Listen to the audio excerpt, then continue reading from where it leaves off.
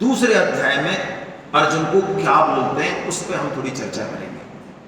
ये सांख्य योग नाम का अध्याय है। सांख्य क्या माने आगे चर्चा करेंगे डिटेल में। अभी हम इस श्लोक पर चर्चा करें कि भगवान क्या कह रहे हैं अर्जुन को। देखिए, भगवान श्री कृष्ण पहले अध्याय में कुछ भी नहीं बोलते हैं, अर्जुन ही अर्जुन बोलते हैं, और इतना बोलते हैं कि मत पूछो। हम भी जिंदगी में यही करते हैं। हमें कुछ नहीं पता हो किसी चीज के बारे में, लेकिन हम अपना कुतर्क इतनी तेजी से, इतने भयानक वे में प्रस्तुत करते हैं, और भगवान श्री कृष्ण उसको टोकते नहीं है। क्यों नहीं टोकते? भगवान श्री कृष्ण बहुत बड़े साइकोलॉजिस्ट का रोल निभा रहे हैं। आपने में से किसी ने साइकोलॉजिस्ट की कभी काउंसलिंग की है? किसी ने? यदि की है तो उसको पता होगा।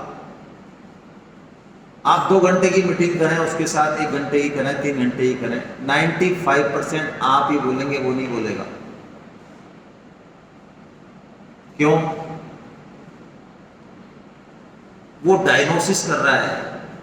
आप जो बता रहे हो, जिस तरह से बता रहे हो, जहां जहां वो डायग्नोसिस कर रहा है, कहां है प्रॉब्लम, सब कुछ निकालना चाह रहा है। वो आपसे जैसे निकालेगा फिर वो दबाएगा नस, कहाँ क्या ट्रीटमेंट करना है। लेकिन प्राय हम जब घर में, समाज में, ऑफिस में जब हमें कोई इस तरह का मौका मिलता है तो हम सामने वाले को बोलने का मौका कम देते हैं और खुद ज़्यादा बोलते हैं। बच्चों की कम सुनते हैं, खुद ज़्यादा उनको उपदेशात्मक शैली में आ जाते हैं तुरंत। बस ये दे दो वही फटाफट, है ना।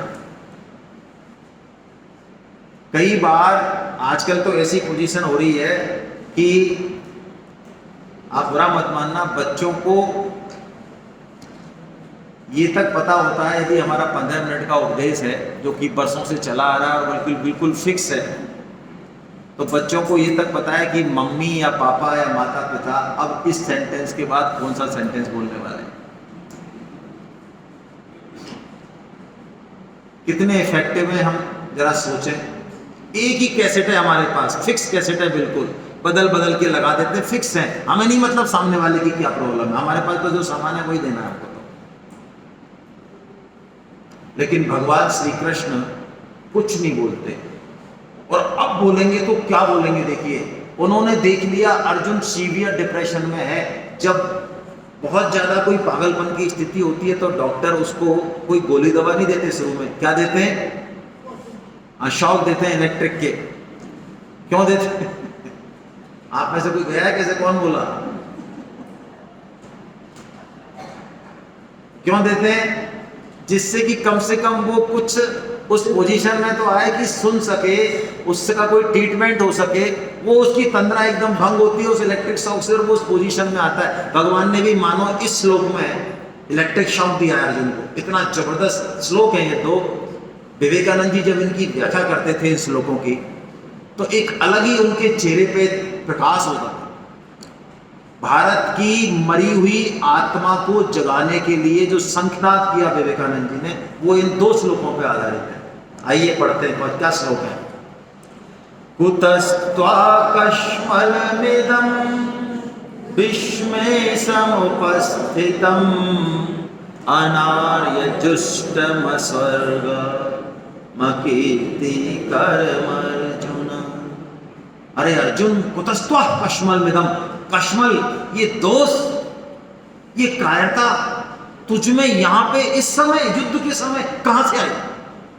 बुरी तरह से भगवान फटकारते, कुछ नहीं सुना। उसने इतने प्रश्न पूछे, इतनी बात रखी, भगवान ने किसी का जवाब नहीं दिया, और एक जैसे थप्पड़ मारते ना, ऐसा कुतस्त्वाकश्मलमिदं। और कहा अर्जुन को, इसका श्रेष्ठ पुरुष सेवन नहीं करते, ये स्वर्ग को देने वाली भी नहीं है। और क्या कहा भगवान ने? एक ऐसा शब्द बोला अर्जुन को, ये है असली शॉक थेरेपी। देखिए, अर्जुन इतना बड़ा महारथी था। आप महाभारत में देखेंगे तो पाएंगे कि अर्जुन को कोई नपुंसक बोल दे, जिसने भी बोला उसकी गर्दन धड़ पे नहीं रही, 1 सेकंड की बाद जमीन पे ही मिली। भगवान उसको ये बोलते हैं, क्लैब्यम स्मगम पार्थ नैतत्त्वयुपपद्यते क्षुद्रं हृदय दौर्बल्यं त्यक्तोत्तिष्ठ परन्तप।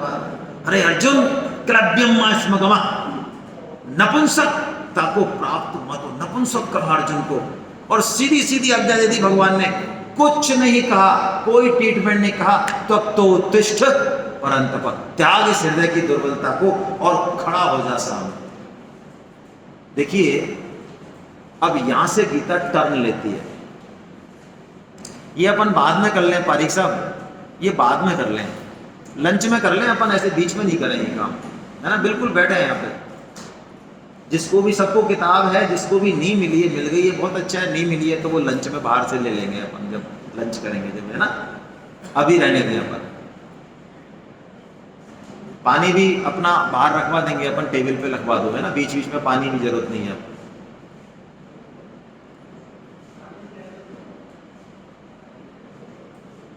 एक बार दे जाओ जल्दी से। तो देखिए अर्जुन झुंझला जाते हैं।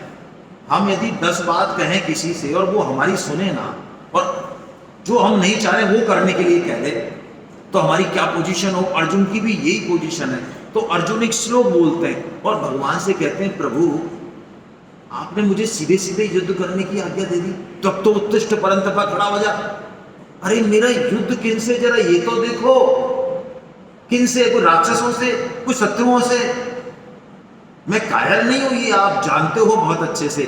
मेरा युद्ध भीष्म से है, द्रोण से है। प्रभु ये आप क्या आज्ञा दे रहे हो? लेकिन देखिए यहां से गीता अपना शेप लेगी। ये अर्जुन क्यों अर्जुन है आखिर, इस बात को हम गहराई से समझें। अर्जुन ये बोल तो देता है, लेकिन उसके बाद अर्जुन फिर ये श्लोक बोलते हैं। ये श्लोक भगवत गीता की नींव है। मानो हमें भगवत गीता से यदि पूरा फायदा लेना है तो इस श्लोक में जो 4 बातें आई हैं उनको हमको जीवन में घटाना चाहिए। पहले ये ऐसा ही है, मैं कहता हूँ IIT में जाना है तो 12th पास करनी होगी। ये 12th पास का एग्जाम है, करना ही है। ये तो IIT की तैयारी तो करेंगे आगे, वो अच्छी बात है, 12th पास करें पहले। अर्जुन इतना मताग्रह होते हुए भी, सब कुछ होते हुए भी अर्जुन को ये लग गया कि भगवान मेरी बात नहीं सुन रहे हैं और युद्ध करने की कह रहे हैं। इसका मतलब कहीं न कहीं प्रॉब्लम मेरे यहाँ है, सामने नहीं है। यदि भगवान कह रहे हैं तू दुर्बल है, तू कायर है, तो इसका मतलब कहीं न कहीं कायरता या दुर्बलता मेरे अंदर है। मुझे नहीं दिख रही, ये मेरी समस्या है। हम लोगों के साथ यही होता है पूरे जीवन भर। सब कुछ पढ़ते हुए, सुनते हुए, समझते हुए हम अपना मताग्रह नहीं छोड़ पाते। तो देखिए अर्जुन, सबसे पहली बात जो है, जो सबसे इंपॉर्टेंट है, एक्सेप्टेंस करते हैं। पहले हमको डॉक्टर धारकर के पास जाना है तो पहले एक्सेप्ट करना पड़ेगा कि हाँ मेरे को न्यूरो प्रॉब्लम है, मुझे जरूरत है डॉक्टर की। यदि आपको लगता ही नहीं कि जरूरत है, डॉक्टर धारकर करेगा क्या? आपके सिर पे बैठ जाए जब भी, क्या कर लेगा वो डॉक्टर धारकर और उसके 70 साल का अनुभव। तो अर्जुन क्या कह रहे हैं, देखिए हम एक एक चरण पढ़ेंगे। कार्पण्य दोषोपहता स्वभाव प्रक्षामि त्वां धर्म संवृचेता यच्छ्रेयशान्निश्चितं ब्रूहि तन्मे शिष्यस्तेऽहम्।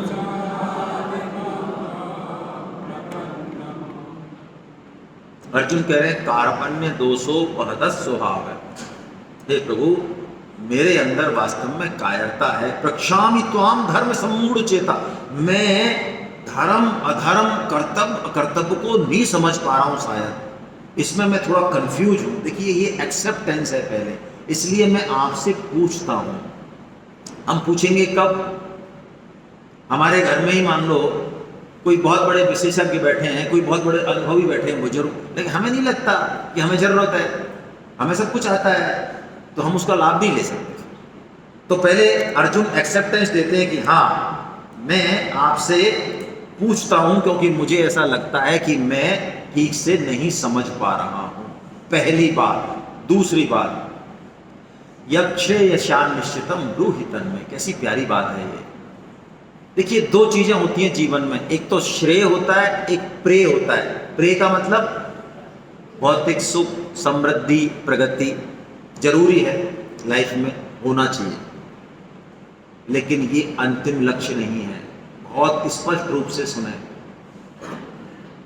हम संसार के नंबर 1 धनाढ्य बन जाए तब भी इससे काम चलने वाला नहीं है। अर्जुन प्रेय नहीं चाहते, उनका लेवल इतना बढ़ गया है, हम लोग प्रेय में ही उलझे रहते हैं जिंदगी भर। अर्जुन क्या चाहते हैं? श्रेय चाहते हैं। श्रेय यानी कल्याण, उद्धार। ये टारगेट जीवन का जो है, यक्षेय शान निश्चितम ब्रूहि तन्मय। और ये बात गीता को सारे शास्त्रों से अलग करती है। देखिए, हर शास्त्र में आपको प्रेय और श्रेय दोनों मिलेंगे, मिलावट मिलेगी, लेकिन गीता में चूंकि अर्जुन पूछते ही श्रेय हैं, आपको एक भी श्लोक प्रेय का नहीं मिलेगा। ये टोटली आपको उधर ले जाने वाली है, श्रेय की तरफ। और तीसरी बात, ये भी अर्जुन को विलक्षण बनाती है, वो कहते हैं शिष्यस्ते हम, मैं आपका, क्या बात है, जो भगवान उनके साथ खेल रहे हैं, उनके मित्र हैं, रात और दिन उठते बैठते खेलते खाते उनके साथ, उन भगवान में अर्जुन जो है वो गुरु देख लेते हैं, उनके शिष्य बन जाते हैं। ये अर्जुन के लिए ही संभव है, हमारे लिए संभव ये प्राय नहीं होता। देखिए, घर में बहुत बुजुर्ग बैठे रहते हैं, हमारे साथियों में, ऑफिस में भी कई लोग हो सकते हैं, लेकिन हमारे अंदर शिष्यत्व जागृत नहीं होता आसानी से। हमें लगता है अच्छा ये तो पैंट पजामा वाला है, तो कोई ज़्यादा लगता नहीं है, हमारे साथ का ही तो है। गुरुत्व हर जगह मौजूद है, आप बिल्कुल दिमाग में ये बात बैठा लें। ऐसा कभी कोई जगह नहीं, ऐसा कोई काल नहीं जहाँ गुरु तत्व मौजूद नहीं, संभव ही नहीं। ऐसा संभव है ही नहीं कि गुरु तत्व होना। आप गुफा में भी छिपेंगे, वहां भी है। जिस दिन शिष्यत्व जग गया ना हमारा, भगवान श्री कृष्ण स्वयं राह दिखाने आते हैं। आप जगाइए और एक्सपीरियंस कीजिए, तो मानिए नहीं मत मानिए। शिष्यत्व बड़ी बात है, हम शिष्यत्व नहीं जगाते, गुरु खोजने निकलते हैं। तो कोई गुरु मिल जाए महाराज बढ़िया सा, क्या करोगे? अपना सारा दुख दर्द उसके सिर पे रख देंगे और हम तो दुकान करेंगे। गुरु जी महाराज हमारा कल्याण कर देना आप। इसलिए गुरु चाहिए हमको। अर्जुन भगवान श्री कृष्ण में गुरु देख लेते हैं, वो कहते हैं मैं आपका शिष्य हूं। और क्या कीजिए? अंतिम बात जो सबसे अंतिम है, साधि माम त्वाम प्रपन्नम।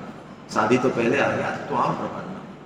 प्रपन्नम मतलब अब मैं आपके शरण हूं। स्वामी जी कहते हैं ये भाव गीता का बहुत विलक्षण है। हमें चाहे कुछ ना आता हो, हम पढ़े लिखे ना हो, बहुत बड़े स्किल नहीं हो, लेकिन हम हृदय से भगवान की शरण हो जाएं तो सारी जिम्मेदारी फिर भगवान हो। स्वामी जी एक उदाहरण देते हैं कि छोटा सा शिशु जिसको गोली दवा नहीं ले सकता, अभी इतना जानता ही नहीं, इंजेक्शन भी नहीं लगा पाते उसको, तो डॉक्टर माँ को दवाई देता है और माँ के दूध के थ्रू वो दवाई जो है बच्चे को ठीक कर देती है। बच्चे ने तो कुछ नहीं किया, लेकिन उसमें एक क्वालिटी है, वो केवल और केवल माँ की शरण है। तो अर्जुन यहाँ पे चाहे झूठ मूठी शरण हो रहे हैं, लेकिन वो शरण हो रहे हैं और कह रहे हैं प्रभु मैं आपके शरण। देखिए ये बात इतनी विलक्षण है।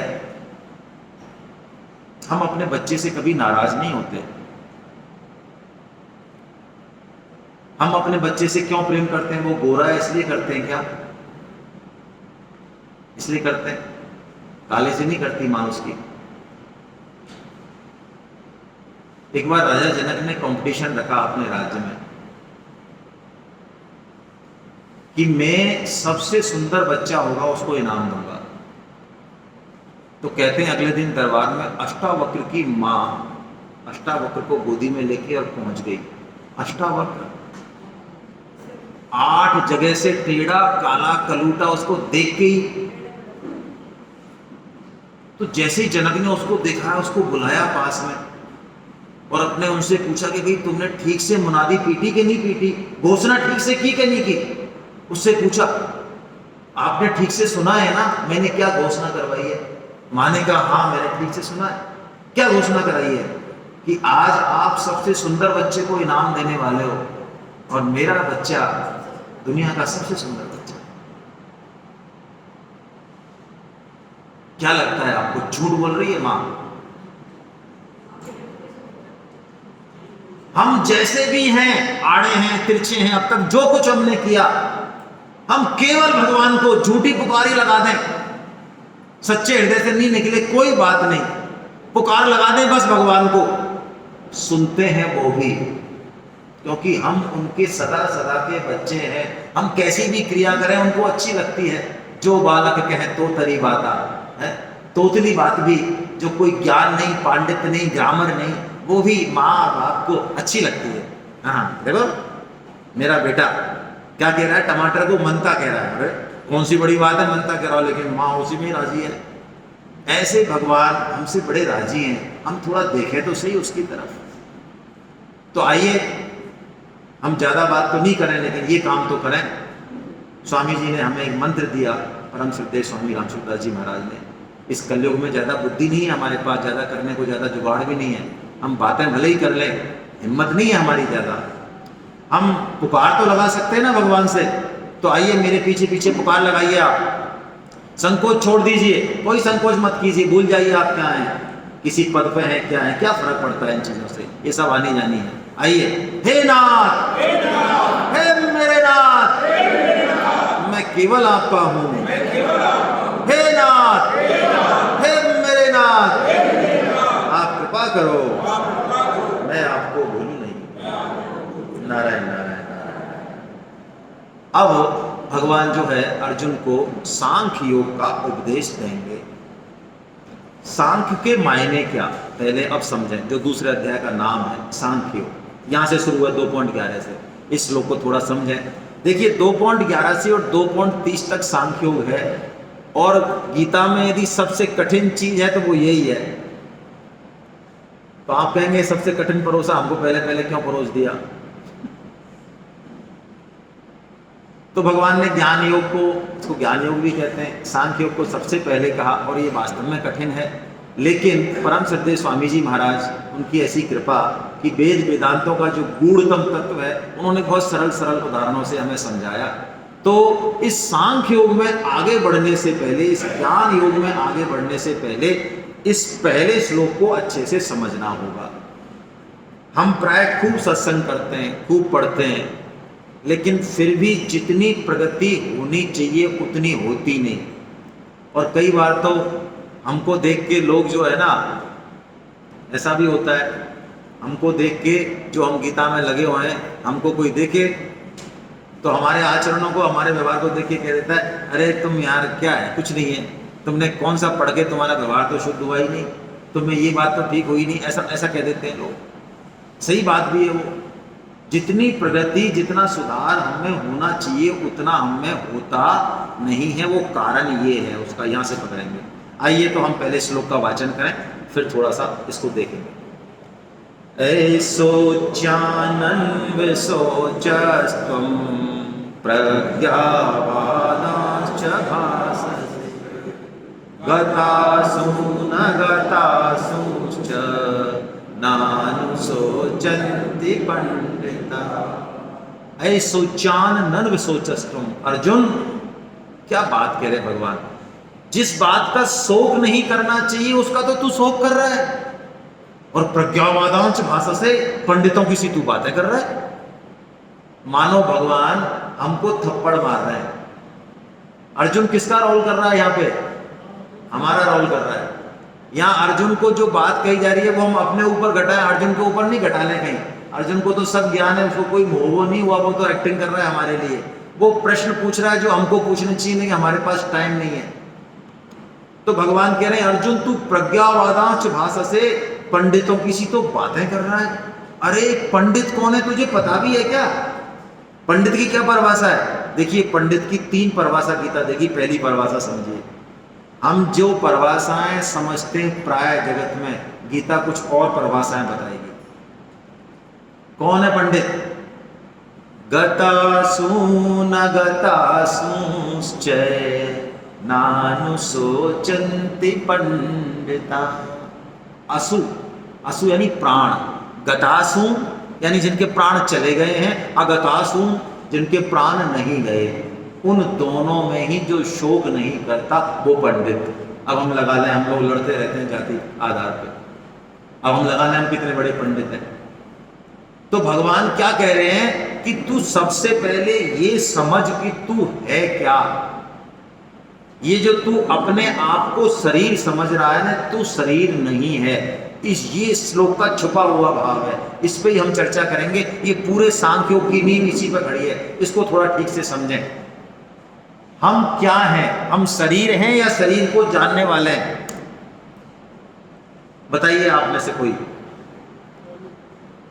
हम शरीर हैं या शरीर को जानने वाले हैं? अच्छा, बचपन में हमारा शरीर कैसा था? बहुत छोटा था। आजकल तो वो भी मिल जाती हैं, फोटो भी मिल जाती हैं। और बचपन से किशोर हुआ, किशोर से युवा हुआ, युवा से आज हम जिस पोजीशन में हैं, यानी ये शरीर की इतने चेंजेज हो गए, लेकिन इन चेंजेज को जानने वाला कोई है जो इन सब अवस्थाओं को थोड़ा कंसंट्रेट करना, भाई सांख्य हो गया, कठिन तो है ही, जो इन सारे परिवर्तनों को अनुभव कर रहा है वो नहीं बदलता। यदि बदल जाता तो क्या अनुभव करता? तो जिसने इन सारे परिवर्तनों को देखा लेकिन वो खुद परिवर्तित नहीं हुआ, वही है हम। समझ में आया कुछ? हम शरीर है क्या? जैसे मैं कहूं ये चश्मा मेरा है, तो क्या चश्मा मैं हूं? मैं चश्मा से अलग हूं ना? ये तो सिंपल कहानी है। तो शरीर मेरा है तो मैं शरीर हूं क्या? ना, शरीर नहीं हूं मैं। देखिए, चलिए एक उदाहरण और लेते हैं। कई बार हम बहुत गहरी नींद में सोते हैं। आप थोड़ा सा कंसंट्रेट करना इसमें, इस 30 तक कम से कम। कई बार हम बहुत गहरी नींद में सोते हैं, और गहरी नींद में शास्त्र ये कहता है कि मन बुद्धि सब कुछ सो जाते हैं, सुषुप्ति में चले जाते हैं, इनएक्टिव हो जाते हैं। शास्त्र की भाषा है, कुछ पता नहीं रहता उनको। लेकिन जब हम सुबह जगते हैं तो हम कहते हैं आज तो मैं बढ़िया सोया, अच्छी नींद सोया मैं। इसका मतलब कोई था जो जब आप सो रहे थे, मन बुद्धि भी सो रहे थे, जब वो जाग रहा वो नहीं सोता, वही है हम। अब उसका नाम कुछ भी दे दें, इस चक्कर में नहीं पड़े। गीता हमें पंडित नहीं बना रही, गीता अनुभव कराती है।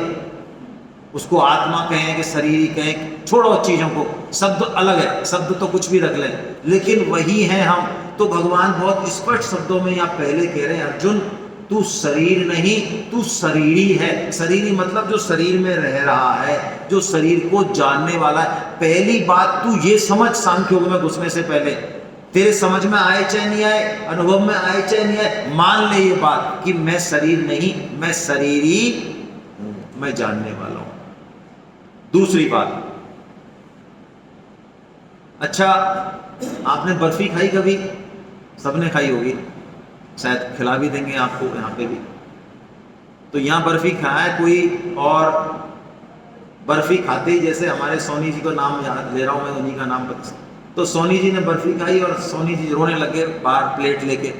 अब हम लोग गए इनके पास भी, क्यों रो रहे हो आप, इतने जोर जोर से क्यों रो रहे हो? तो सोनी जी क्या जवाब देते हैं? बर्फी मीठी है यार, इसलिए रो रहा हूँ। हंसी आ रही है ना? यही बेवकूफी हम कर रहे हैं, हमें नहीं दिखती लेकिन हमारे लिए, सोनी जी के लिए दिख रही है। तो आप क्या कहोगे सोनी जी को? अरे बर्फी तो मीठी लगती है, इसमें रोना क्या? तो ये शरीर जिसे हम अपना मान रहे हैं, क्या लगता है आपको? ये जाना नहीं है, एक दिन हमेशा रहने वाला है, यहां जाएगा, पक्का है। अरे कब जाएगा इसको छोड़ दो, जाएगा ये तो पक्का है। और परम श्रद्धेय स्वामी जी महाराज तो एक जबरदस्त बात कहते हैं, छोड़ो। ये बहुत बड़ी गलतफहमी है, ये मोह ही तो है रोज समाचार आते हैं, शर्मा जी गए, खुराना जी गए, है ना, इंदौरिया जी गए, फलाना जी गए, लेकिन हमको लगता है कि चाहे ये गए होंगे लेकिन हम तो अभी जाने वाले। अच्छा, आप हो गई ये गलत फहमी, बचपन में रहती होगी, जवानी में रहती होगी ना, ये गलत फहमी उम्र के हर पड़ाव पे रहती है। तो स्वामी जी को उदाहरण देते हैं कि चलो छोड़ो, लेकिन ये तो मानोगे जब हम 9 बजे एंटर हुए इस हॉल में और अब 11 बजे बाहर निकलेंगे तो 2 घंटे हम हमारे जीवन से कम हुए कि नहीं हुए? बस तो इसको ही पकड़ ले। तो भगवान कह रहे हैं अर्जुन तू पंडित बनना। पंडित किसे कहते हैं ये समझ। तो ये चीज कैसे पचे, ये बात जो सांख्य तत्व भगवान बता रहे हैं, ये कैसे पचे हमको अनुभव में आए, अब इसकी दवा बता रहे हैं भगवान। इस श्लोक को आप कुंजी बना लें अपने जीवन की। साधना आज से शुरू करनी हो तो इस श्लोक को पकड़ें। क्या श्लोक है, पढ़िए पहले फिर समझते हैं।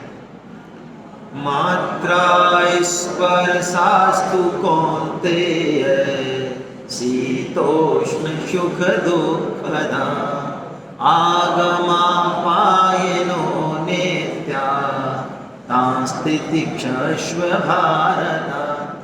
मात्रा स्पर्शास क्या होती है? मात्रा और स्पर्श हमारी इंद्रियां और विषय, इनका जब संयोग होता है तो सुख और दुख की उत्पत्ति होती है।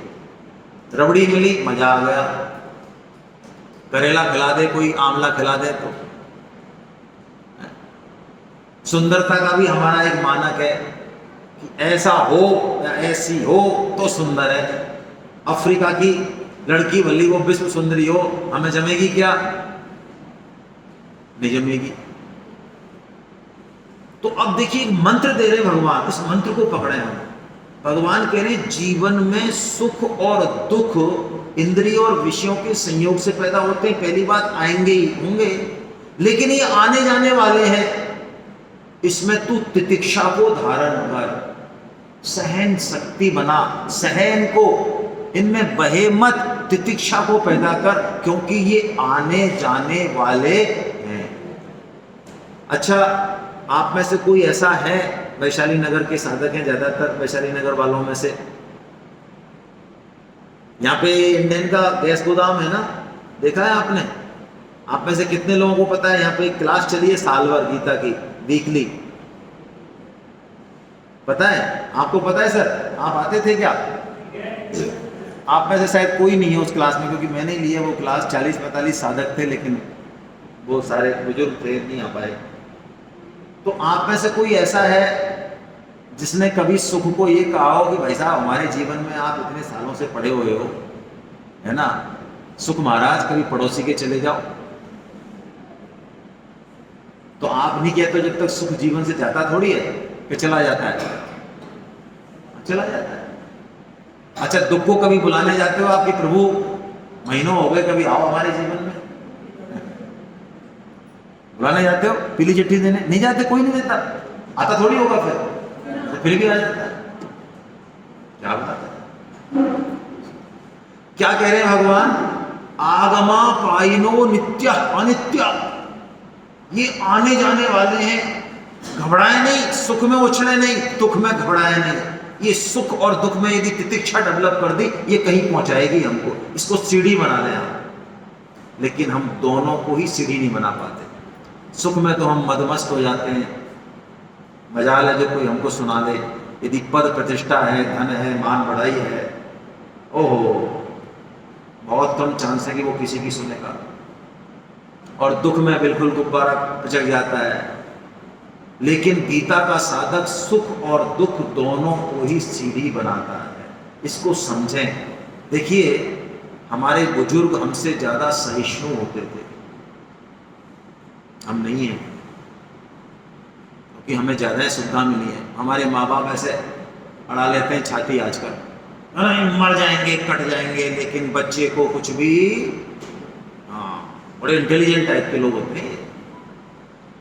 और पहले के माँ बाप कहते तू जा कर ये काम, धूप है, धूप है तो क्या है, कुछ भी करके लाना है, तौलिया ले जा, कुछ भी कर, छाता ले जा, करना है तेरे को। ये जीवन की छोटी छोटी चीजें, विषमता जीवन को कहां पहुंचाती है हमें नहीं पता, हम कहां जा रहे हैं। आप देखिए कोई भी महापुरुष आप उठा लीजिए, भगवान श्री राम, भगवान श्री कृष्ण, पांडव, अरे बड़े बड़े हमारे देशभक्त, जो शिखर पे पहुंचा, जो महापुरुष बना, उसके जीवन में दुख आया होगा। बिना दुख के कोई महापुरुष नहीं बनता। जो लाक्षागृह में जलते हैं वो ही शूरमा निकलते हैं। पीसा जाता जब इक्षुदंड, झरती रस की धारा अखंड, जब फूल पिरोए जाते हैं हम उनको गले लगाते हैं। डरिए मत इनसे, ये हमारा ही बोया हुआ है जो आ रहा है, और जितना मजबूत ये बनाएगा, जितना ये सिखाएगा, उतना और कोई नहीं सिखा सकता। बड़े से बड़ा IIM का इंस्टीट्यूट, बड़े से बड़ा स्पीकर आपको वो नहीं सिखा सकता जो आपके जीवन की प्रतिकूल परिस्थिति आपको सिखाएगी, और आपको ये महसूस भी होगा। तो भगवान कह रहे हैं अर्जुन तू इस चीज को धारण कर। और अब भगवान उस आत्म तत्व का वर्णन कर रहे हैं कपड़े के उदाहरण से। बहुत फेमस श्लोक है, आपने सबने पढ़ा होगा। जैसे हम कपड़ा बदल लेते हैं, शरीर वही रहता है, ऐसे ही भगवान कह रहे हैं ये आत्मा नए नए शरीर धारण करती है। जब ये शरीर जीर्ण हो जाता है, यानी मृत्यु के कगार पर जाता है, नेक्स्ट में चली जाती है ना। ऐसे कह के भगवान जो है इस आत्म तत्व के बारे में चर्चा करते हैं। सुधीर जी कितना टाइम है मेरे पास? ठीक है। अब आपको इस सांख्य तत्व में यदि कुछ पूछना हो तो आप पूछें, नहीं तो हम एक नए टॉपिक पर स्टार्ट करेंगे, दूसरे अध्याय पे, लंबा है अभी। किसी के मन में कोई शंका हो तो बीच में पूछ सकते हैं, कोई दिक्कत नहीं है, नहीं तो हम आगे चलते हैं। आपको मैं एक स्टोरी और सुना देता हूँ, सांख्य वो भी गहरा सब्जेक्ट है। राजा जनक के बारे में आप सब जानते हैं, भगवत गीता में उसका उदाहरण भी दिया हुआ है। राजा जनक, एक बार उनको एक स्वप्न आया। क्या स्वप्न आया? कि पड़ोसी राजा ने आक्रमण कर दिया, सारा राज्य लूट लिया, रानियों को भी, और उनकी जान के पीछे भी पड़ गए। बड़ी मुश्किल से राजा जनक सुरंगों वरंगों में से भागते रहे, 3 दिन भागते रहे जंगल में, भूखे प्यासे, उनकी हालत खराब। इतने में कहीं उनको कुछ भोजन का जुगाड़ मिला, कहीं लाइन लग रही थी, खिचड़ी मिल रही थी, तो वो पत्तल लेके और लाइन में लग गए। तो खिचड़ी बांटने वाला जब तक उनके पास आया, उसकी खिचड़ी भी रो पड़े, हालत खराब हो गई। तो खिचड़ी वाले ने वो खुरचन उतार के कुछ खिचड़ी उनको दे दी, बर्तन में जो खुरचन लगी रहती है। वो उसको लेके झाड़ी के पीछे बैठे कि मैं इसमें से कुछ पाऊं। इतने में एक चील आती है और उस पत्तल को खिचड़ी समेत झपट्टा मार के ले जाती है। चीख पड़े वो दर्द के मारे, भूख के मारे, और चीख पड़े तो एकदम से उनकी आवाज सुनी, जग गए। तो सारे उनके पहरेदार, रानी वगैरह दौड़ी, क्या हुआ क्या हुआ क्या हुआ, इतने पसीने, इतना कांप रहे हो, क्या हुआ? अब राजा जनक को तो ऐसा धक्का लगा हृदय पे कि वो कुछ नहीं बोले। उन्होंने बस एक ही शब्द कहा, यह सच या वह सच। आप सुनना, हम जो जी रहे हैं यहाँ, अपने आप को जो मान रहे हैं यहाँ, पुरुष स्त्री अफसर फलाना ठिकाना, यह सच या इसके बाद जो है वो सच? अब क्या जवाब दे कोई उनको? अगले दिन वो किसी को कुछ बताए ना, दरबार में गए तो यही कहा सबको, यह सच या वह सच। क्या जवाब दे कोई? भाई यह सच वह सच ये क्या है, पहेली है। तो उनके गुरु अष्टावक्र को बुलाया। अष्टावक्र से भी उन्होंने यही कहा, गुरुदेव यह सच या वह सच? तो अष्टावक्र ने कहा, राजन ना यह सच ना वह सच। अब जब तुम स्वप्न में जब चील झपट्टा मार रही थी, तुम परेशान हो रहे थे, तब भी तुम थे ना, तुम्हारी सत्ता थी ना, अभी भी तुम्हारी सत्ता है ना, तुम देख रहे हो ना। वो जो साक्षी है, वो जो दृष्टा है, जो हमेशा है, वो किसी भी स्थिति के बस में नहीं है, वो कभी नहीं मरता, वही हो तुम, वही सच है, ना यह सच ना वह सच। ऐसा ये आत्म तत्व है, ऐसा हमारा स्वरूप है। लेकिन इस थोड़े से जहाँ हमारी सुख बुद्धि लगी हुई है मान बढ़ाई में, धन में, इनको थोड़ा सा डिटैच करेंगे तो उधर दृष्टि होगी, और इसी में यदि मौज मचाए तो भूल जाए। ये उनके लिए नहीं है सांख्य तत्व। सांख्य तत्व के लिए दो चीजें बहुत स्पष्ट चाहिए, बहुत जरूरी है। भगवान ने कहा है स्पष्ट विवेक होना चाहिए। हम में कितना विवेक है हम देख लें भाई। क्या जो गलत काम हम करते हैं क्या हमको नहीं पता है कि वो करने नहीं चाहिए? पता है ना, हम करते हैं, विवेक का यूज। और दूसरा स्पष्ट विवेक चाहिए और तीव्र वैराग्य चाहिए। तीव्र वैराग्य मतलब कुछ भी आपका नष्ट हो जाए जीवन में, फैक्ट्री नष्ट हो जाए, स्वजन नष्ट हो जाए, बड़े से बड़ा जीवन में झटका आ जाए, लेकिन आपका विचलन उतना नहीं हो। हमारे अंदर है क्या वैराग्य इतना? अरे एक 500 का नोट हो जाए ना तो शाम तक उसकी टेंशन रहती है हमको। हो सकता है सपने में भी वही आए, एकदम पीले पीले रंग का। इतना वैराग्य हमारा। तो जब तक ये दो चीज नहीं हो, सांख्योग पे चलना उस तरह की धारा नहीं। अब भगवान कर्म योग पे चर्चा करेंगे, और कर्म योग से पहले भगवान एक श्लोक बोलते हैं जो गीता की नींव है। नींव क्या मतलब? गीता का कोर सब्जेक्ट है ये। स्वधर्म की बात करेंगे भगवान, इसको थोड़ा सा समझें। स्वधर्म क्या है? स्वधर्ममपि चावेक्ष न विकम्पितुमर्हसि धर्मयाधियोद्धात श्रेयो अन्यत् क्षत्रियस्य न विद्यते। अपने छात्र धर्म को देखकर भी तुझे अपने कर्तव्य कर्म से विचलित नहीं होना चाहिए। क्यों? क्योंकि क्षत्रियों के लिए युद्ध से बढ़कर कोई दूसरा मार्ग कल्याणकारक धर्म नहीं है। क्या मतलब? देखिए, गीता में धर्म का मतलब कर्तव्य कर्म है।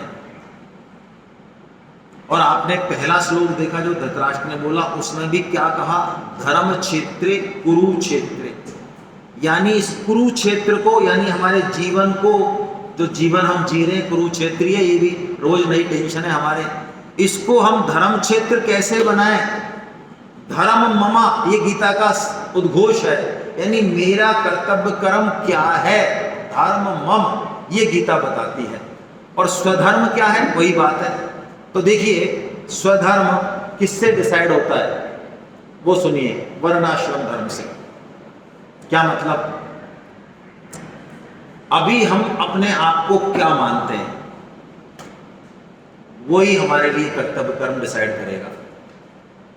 अभी मैं पिता हूं तो मेरे पिता के कर्तव्य। अभी मैं माता हूं, मैं पुत्र हूं, मैं साधक हूं। अभी मैं गीता सेमिनार में हूं, गीता साधक हूं। अभी मैं इंडियन हूं, भारतीय हूं। जो जो हम अपनी अहमता में मानते हैं, मैं स्त्री हूं, मैं पुरुष हूं, तदनुसार ही कर्तव्य कर्म और मर्यादाएं बनेंगी। और गीता का ये उद्घोष है कि जो हमारा स्वधर्म है, यदि हम उसको ठीक से पालन कर लें बस, तो हम मुक्त हो जाएंगे। हमें जो कुछ मिलना है, मोक्ष जो भी है, गीता तो मोक्ष से भी बहुत आगे की बात करेगी, सब मिल जाएगा। हमको कहीं कुछ और करने की जरूरत नहीं है।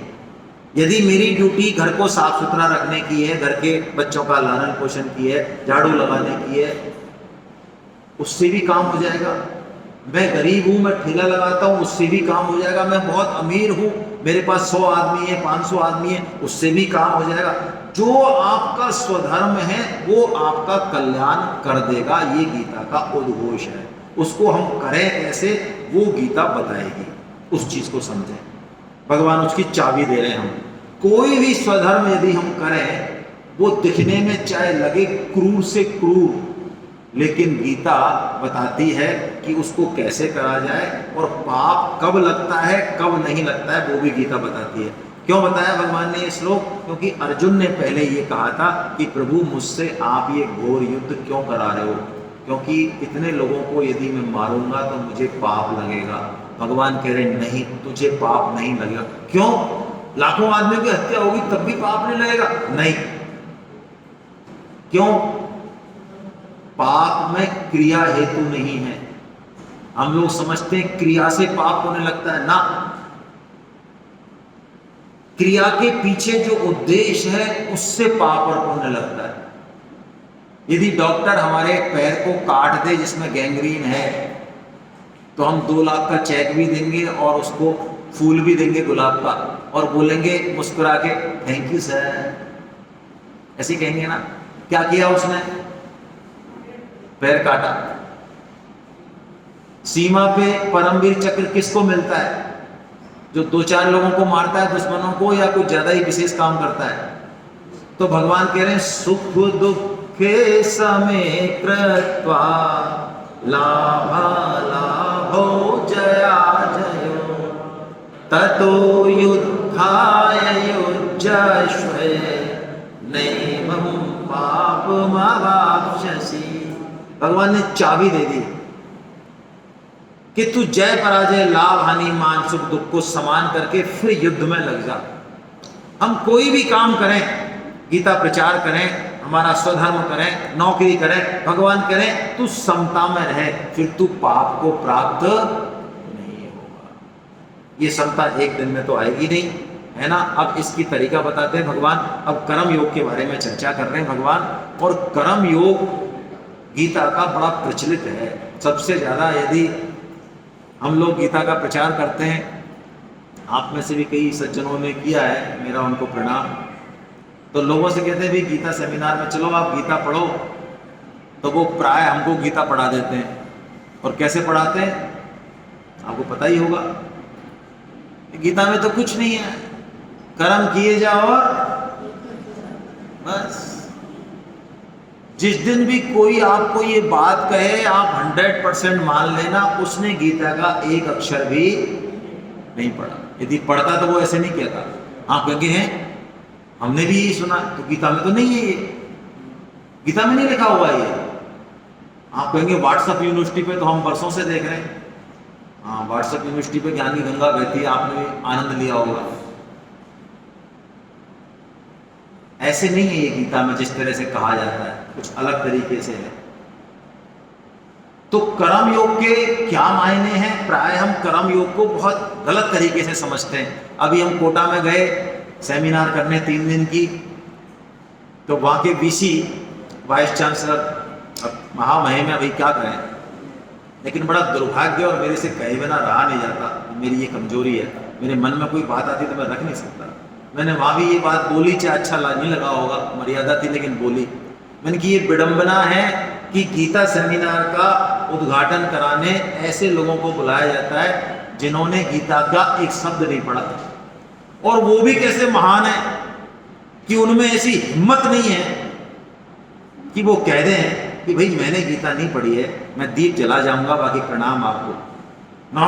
वो आधे घंटे भाषण देंगे और प्रूव करेंगे कि मैं जो बोल रहा हूं, मैं जो समझ रहा हूं वही है गीता।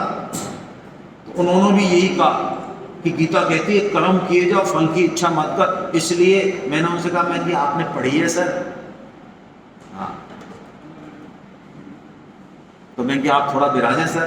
दीप प्रज्वलन के बाद गीता ने कहा कर्म किए जाए, इसलिए मैं यूनिवर्सिटी में जाके अब कर्म करूंगा, और हम यहाँ निठल्ले बैठे हैं सब, हमको तो कोई काम है नहीं। ऐसा नहीं है। कर्म योग एक बहुत विलक्षण विद्या है। उसको यदि कर्म योग में यदि हमको चलना है, भगवान ने रिकमेंडेशन किया कर्म योग का, ज्ञान योग के लिए रिकमेंड नहीं किया हमको। तो कर्म योग में यदि चलना है तो सबसे पहले इस श्लोक को धारण करें कर्म योग का आचरण के लिए। क्या? एक निश्चयात्मक बुद्धि ये होनी चाहिए, एक निश्चयात्मक बुद्धि होनी चाहिए कर्म योग में। भैया बोलो मत, क्या है श्लोक? पढ़ते हैं, आइए। व्यवसायात्मिका बोधि रे गुरु नंदना बहुशाखा हिरनंदश्च बुद्धयो व्यवसायिना। देखिए, जिस दिन हमारे जीवन का उद्देश्य कोई लक्ष्य, भैया मैं क्या बोल रहा हूं, हेलो वीडियो वाले, हेलो, आपसे बोल रहा हूं मैं, फोन पे बात मत करो, बाहर जाके करो। जिस दिन जीवन का एक निश्चय हो जाए हमारा, किसी भी वजह से हो, चाहे कोई दुख आ जाए जीवन में, कोई सत्संग मिल जाए, तो आप मान लें अब लाइफ चलेगी बहुत ढंग से। मैं आपसे एक बात पूछता हूं, कभी आपने 4 व्हीलर में जाते समय आपका पेट्रोल खत्म हुआ है? खत्म मतलब खत्म होने को है, ऐसी पोजीशन आई हुई कभी? उस समय हम जो है गाड़ी चला रहे होते हैं, लेकिन हमारी आंख, हमारा मन, चित्त, बुद्धि उस साइन बोर्ड को देख रहा होता है जिससे पता चले कि पेट्रोल पंप कितनी दूर है। अच्छा, उस समय आपके बगल से व्हीकल नहीं निकलते क्या? पेड़ पौधे नहीं दिखते क्या? कुछ और नहीं होता क्या ऊटपटांग? लेकिन आपको परेशान करता है क्या? ना, नहीं करता, बिल्कुल नहीं करता, क्योंकि टारगेट बिल्कुल फिक्स है। द्रोणाचार्य ने जब परीक्षा ली तो बोला, अभी दुर्योधन वो चिड़िया है, तीर लगाना, क्या दिख रहा है? गुरुदेव संसार दिख रहा है पूरा, हमसे क्या छुपा है? अश्वत्थामा को बुलाया, क्या दिख रहा है अश्वत्थामा? आपके चरण कमल दिख रहे हैं पिताश्री। बैठ गए बेटा, सबको बैठा दिया, किसी को ट्राई भी नहीं कर। और अर्जुन को बुलाया, जब अर्जुन से पूछा क्या दिख रहा है अर्जुन, उसने कहा मेरे को पेड़, चिड़िया, चिड़िया की आंख, आंख का हीरा, बस क्रमशः, बस अब मुझे और कुछ नहीं दिख रहा। उसने कहा चलाओ। तो कर्म योग में पहले ये निश्चय हो जाए कि हमको जो ये जीवन मिला है ना, अब तक गया जो गया कोई फर्क नहीं है ना, गई सो गई, अब राख रही को। अब इस जीवन को हमें भगवान की तरफ लगाना, काम सारे करने। गीता का यही मजा है, योग है गीता। छोड़ना कुछ नहीं है कि फैमिली छोड़ना है, धन छोड़ना है, बिजनेस छोड़ना, ना, कुछ नहीं छोड़ना, कुछ भी नहीं छोड़ना। लेकिन गीता का रसायन अपना लेंगे साहब तो जिंदगी बदल जाएगी बिल्कुल। और भगवान अब कह रहे हैं, वो श्लोक बोल रहे हैं, कर्म योग का फेमस श्लोक जो आपने सुना होगा, कर्मण्येवाधिकारस्ते मा फलेषु कदाचन मा कर्म फल हेतुर्भु मा ते संगोस्त्व कर्मणि। 4 बार बताई, कर्म करने में तेरा अधिकार है, माँ फलेषु कदाचना, फल में नहीं। अरे तो हम तो फल के लिए काम करते हैं, भगवान क्या कह रहे हैं? फिर हम काम ही क्यों करेंगे भाई? हमको जब फल ही नहीं मिलना है तो हम काम ही क्यों करेंगे? हम तो काफी इंटेलिजेंट टाइप के लोग हैं भाई। भगवान मना कर रहे हैं, वो कह रहे हैं कर्म करने में तेरा अधिकार है, फल में अधिकार नहीं है। इसका मतलब फल मिलेगा नहीं क्या? फल तो मिलेगा, फल तो मिलना ही है, अटल है नियम। हम अच्छा करेंगे अच्छा मिलेगा, बुरा करेंगे बुरा मिलेगा, गेहूं बोएंगे गेहूं की फसल होगी, लेकिन अधिकार नहीं है। अधिकार क्यों नहीं है? क्योंकि हम जो कर्म करते हैं उसमें सिर्फ कारण हम नहीं है, पूरी कायनात है। उसके बिना 99.9% कायनात है, प्रकृति है। धीरे धीरे हम समझेंगे, हम 0.1% है। 0.1% होते हुए भी हम चाहते हैं 100% हमको ही मिल जाए सारा। हम फल पे ही दृष्टि टिकाए रखते हैं। भगवान कहते हैं ना, माँ कर्म फल हेतुर्भु, तू कर्म फल के हेतु से काम मत कर, वरना तेरी क्वालिटी खराब हो जाएगी कर्म की और तू बंधन में पड़ जाएगा। तू कर्म किस लिए कर कि मेरी ड्यूटी है, इट्स ड्यूटी। समाज ने मुझे दिया, देश ने मुझे दिया, परिवार ने मुझे दिया, माता पिता से ये शरीर है, बस तो मैं कर रहा हूँ, इट्स माई ड्यूटी। मैं तो अपना कर्जा उतार रहा हूँ और जो मेरे पास है वो मुझे देना है, इसीलिए मिला। इस भाव से कर, माते संगोस्त कर्मणि। तू कहीं फल में इतना लट्टू मत हो जाना कि फल ही नहीं मिले तो बैठ जाऊं मैं कर्म ही ना करूं ना। तुझे कर्म करना है, लेकिन कर्म कैसे करना है? सिद्धि असिद्धि में सम रह के। कर्म का फल जो आए देखें, एनालिसिस करें, कैसे इसमें प्रॉब्लम हुई वो जरूर करें, सिद्धि लगाएं, टेक्निक लगाएं पूरी, लेकिन फल भगवान जो देते हैं वो अपने हिसाब से देते हैं, फिर प्रयास करें उसमें, है ना। ऐसे कह के भगवान जो है कर्म योग की बात बताते हैं और अर्जुन से कहते हैं, अर्जुन सुन, जिस दिन तेरी बुद्धि इन सुखों से निकल जाएगी, इस कामना रूपी कीचड़ से निकल जाएगी जो तूने जन्म जन्म में भोगे लेकिन तेरी अभी भी तृप्ति नहीं हुई, तू स्थित प्रज्ञ हो जाएगा, तेरी बुद्धि स्थित हो जाएगी, स्थिर हो जाएगी और फिर तू योग को प्राप्त हो जाएगा। भगवान ने ऐसा कहा। तो अर्जुन के मन में आया कि महाराज, जिसकी बुद्धि स्थित हो गई, जो स्थित प्रज्ञ है, उसके लक्षण क्या है? यदि हम में आए, किसी में आए, तो हम पहचानेंगे कैसे कि हम योग को प्राप्त हो गए? तो अर्जुन ये प्रश्न पूछते हैं 54वें श्लोक में कि वो स्थिर बुद्धि वाला पुरुष कैसे, उसके लक्षण क्या है, वो कैसे चलता है, कैसे बैठता है, वो कैसे व्यवहार करता है लोगों से, वो मुझे बताओ। वो भगवान बताते हैं 18 श्लोकों में। और ये 18 श्लोक बड़े विलक्षण हैं, 55 से और 72 तक। ये जो 18 श्लोक हैं, ये बड़े जबरदस्त श्लोक हैं। आप इनको पढ़िएगा, हम थोड़ा सा ही ले पाएंगे इसमें से। अब पहले तो भगवान बताते हैं स्थिर बुद्धि का लक्षण क्या? प्रजहाति यदा कामान् सर्वान् पार्थ मनोगतान् आत्मन्येवात्मना तुष्ट स्थित प्रज्ञस्तदोच्यते। देखिए, स्थित प्रज्ञ कौन है? वो इस लेवल पे आ गया कि अब उसका जो कर्म का ड्राइविंग फोर्स है ना, ड्राइव फोर्स जो है, वो लौकिक नहीं है जैसा कि हमारा है। वो एक परम प्रसन्नता के लिए, एक भगवान की प्रसन्नता के लिए काम कर रहा है। आत्मना आत्मने भी तुष्ट है, बड़ा प्रसन्न है। जैसे मैं आपको एक उदाहरण से समझाऊं, समझ में आएगा। 3 मूर्तिकार है, भगवान की मूर्ति बना रहे हैं। एक मूर्ति वाले से पूछा, भैया क्या, अरे क्यों बना रहे हो? अरे क्यों क्या बना रहे हो? रोटी नहीं खानी है क्या? शाम को तभी तो मजदूरी मिलेगी, इसलिए दिन भर काम करते हैं। अच्छा ठीक है, बढ़िया। दूसरे वाले के पास भी, क्यों बना रहे हो मूर्ति? अरे इतनी बढ़िया मूर्ति बनाऊं मैं कि मेरा नाम हो, कोई तो जाने फला सिंह ने बनाई ये मूर्ति, दुनिया मुझे याद रखे। एक ये पर्पज है, पैसा तो मिल रहा है उसमें भी। अब एक तीसरे के पास गया, उसने कहा मैं अपनी सारी कला कौशल इस मूर्ति में डालना चाहता हूं और भगवान की ऐसी मूर्त बने, जो कोई इसका दर्शन करे, जो भक्त इसके सामने खड़ा हो, उसके हृदय में भगवान का प्रेम जागृत हो जाए। ये स्थित प्रज्ञ है। वो काम सब करता है, लेकिन उसका जो टारगेट है, उसका बहुत महान टारगेट है। वो ऐसे नहीं ऐसे ही कर रहा है, बहुत महान टारगेट है, क्षुद्र टारगेट उसका है नहीं। ये भगवान बताते हैं। और भगवान उसका व्यवहार बताते हैं कि जब कामना या भोग आते हैं उसके पास, तो वो कछुए की तरह रहता है। कछुआ क्या करता है? कछुए के 6 अंग हैं, मुंह को मिला लें, पूंछ को मिला लें, तो हमारे भी 6 हैं, 5 ज्ञानेंद्रियां और 1 मन। इनको कंट्रोल कर लिया तो सारा कंट्रोल हो गया।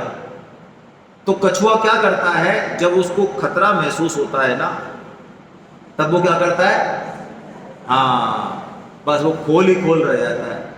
हमको भी जब खतरा दिखे, क्योंकि बरसों बरसों का अभ्यास है हमारा, तो सत्संग रूपी खोल में छिप जाए, स्वाध्याय रूपी खोल में छिप जाए, नाम जप रूपी खोल में छिप जाए, भगवान के कीर्तन में छिप जाए, और नहीं तो जो वैष्णव हैं, बूढ़े बड़े हैं, उनके साथ बैठ जाए।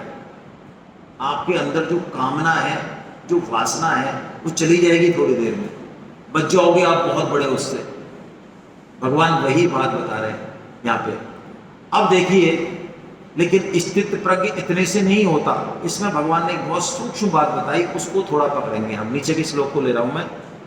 विषया विनिवर्तन्ते निराहारस्य देहिना रसवर्जं रसोऽपि यस्य परं दृष्ट्वा निवर्तते। भगवान कहते हैं इस तरह का तू प्रैक्टिस करेगा ना, तो क्या होगा? तू दूर तो हो जाएगा, लेकिन तेरे अंदर जो रस है भोगों को भोगने का, वो नहीं जाएगा। जब तक रस है ना भोगने का, तब तक खतरा बना हुआ है। क्या मतलब है? इस रस को समझते हैं। आप बीमार हो और आपको डॉक्टर मना कर दे कि भाई आपको गुलाब जामुन नहीं खाने, मर जाओगे नहीं तो। 15 दिन तक गुलाब जामुन नहीं खाने आपको, और आपके सामने कोई गुलाब जामुन खा रहा है, तो आप खाओगे क्या? नहीं खाएंगे, हम मर जाएंगे तो कैसे खाएंगे? लेकिन आपके मन में ये चलेगा कि बेटा तू खा ले अभी तो, और 15 दिन बाद जब मैं सही होऊंगा ना, तब मैं सारी भरपाई कर दूंगा। ये रश है। हम लोग भोगों से, वासनाओं से थोड़े समय के लिए दूर हो जाते हैं, लेकिन रस बना रहता है। ये रस एकदम से नहीं जाता। इस रस के लिए हमको लगातार लगातार सत्संग करना पड़ेगा। मैंने ज़्यादा तो नहीं कहा, लेकिन इसमें से कम 10 या 11 साधक हैं जो 5वीं, 6वीं, तीसरी, चौथी बार गीता की सेमिनार अटेंड कर रहे हैं। आपने पर्चे में सुना होगा, कुछ लोगों ने दिया ही नहीं, 4-5 लोगों ने। तो एक बार ऐसा लग रहा होगा आपको, नए लोगों को लग सकता है कि 5वीं बार है तो इसका मतलब थोड़ा सा इसका जो है स्क्रू, हम तो एक सेमिनार में पकड़ लेंगे चीज़ों को, और कई तो ऐसे जो एक लेक्चर में पकड़ के चले जाते हैं। ऐसे भी महामहिम आते हैं हमारे यहाँ, जो 2 घंटे में पूरी गीता का जूस निकाल के और पी जाते हैं और चले जाते हैं। फिर कहते हैं खाने के दुकान पर गए महाराज, वहाँ 40 साल से बैठे, उसका जूस नहीं निकला, यहाँ का निकाल लिया गीता का। तो वो लगातार, इसलिए कि वो चीज वो घटे अंदर, स्क्रू ढीला नहीं है, समझ कम नहीं है। ये रस जब पैदा हो जाएगा ना भगवान के प्रति, गीता के प्रति, स्वामी जी कहते हैं ये रस, इस रस को खत्म कर देगा वासना वाले। जब प्रेम का, सेवा का रस आता है तो वो रस खत्म हो जाता है। और भगवान कहते हैं इसके लिए अर्जुन तू सुन, सतर्क रहना, कभी भी विषयों का चिंतन भी मत कर बैठना। चिंतन विषय भोग से ज्यादा खतरनाक है, ये गीता बहुत स्पष्ट रूप से कहती है। यहाँ गीता ने 8 स्टेप बताए। सिर्फ विषय चिंतन कर रहे हैं हम, कर नहीं रहे कुछ भी। यहाँ तो तिलक छापा लगा के बैठे और अंदर अंदर से कोई गलत चिंतन चल रहा है। लोगों को तो क्या पता है, आपको प्रणाम भी कर जाएंगे, अरे ये बढ़िया लग रहे हैं तो आदमी। लेकिन भगवान कह रहे हैं ये विषय चिंतन यदि तूने किया तो 8 स्टेपों से होते हुए तेरा सर्वनाश हो जाएगा, कोई रोक नहीं सकता। ध्यायते विषयान् पुंसः संगस्ते सुपजायते संगात संजायते काम कामस्क्रोधो भिजायते क्रोधात् भवति सम्मोहा सम्मोहात् स्मृति विभ्रमा स्मृति भ्रंसाद बुद्धिनाशो बुद्धिनाशात्। देखिए कहां से चला, विषयों का चिंतन, चिंतन से आसक्ति, आसक्ति से कामना कि यार मैं भोग लूं इसको। अब कामना में बाधा लगी तो क्रोध, और क्रोध जब बढ़ा तो सम्मोह, यानी कुछ नहीं पता चल रहा अब क्या सही है। सम्मोह से सब स्मृति नष्ट हो गई, स्मृति नष्ट होने से विवेक काम करना बंद हो गया और सर्वनाश हो गया, ऐसा भगवान ने कहा। इसलिए चिंतन करें तो सत चिंतन करें, प्रैक्टिस लाएं। आपको जो लगता नहीं, ये लोग जो माला करने बैठते हैं ऐसे ही फालतू के लोग हैं, इनके पास काम धाम नहीं है। हाँ, कर्म ठोकों को यही लगता है, जिनकी बुद्धि कर्म में लगी हुई है ना, ये बहुत ऊंचा काम है। भगवान नाम स्मरण बहुत ऊंचा काम है, भगवान की बात को आगे कहना, प्रचार करना बहुत ऊंचा काम है।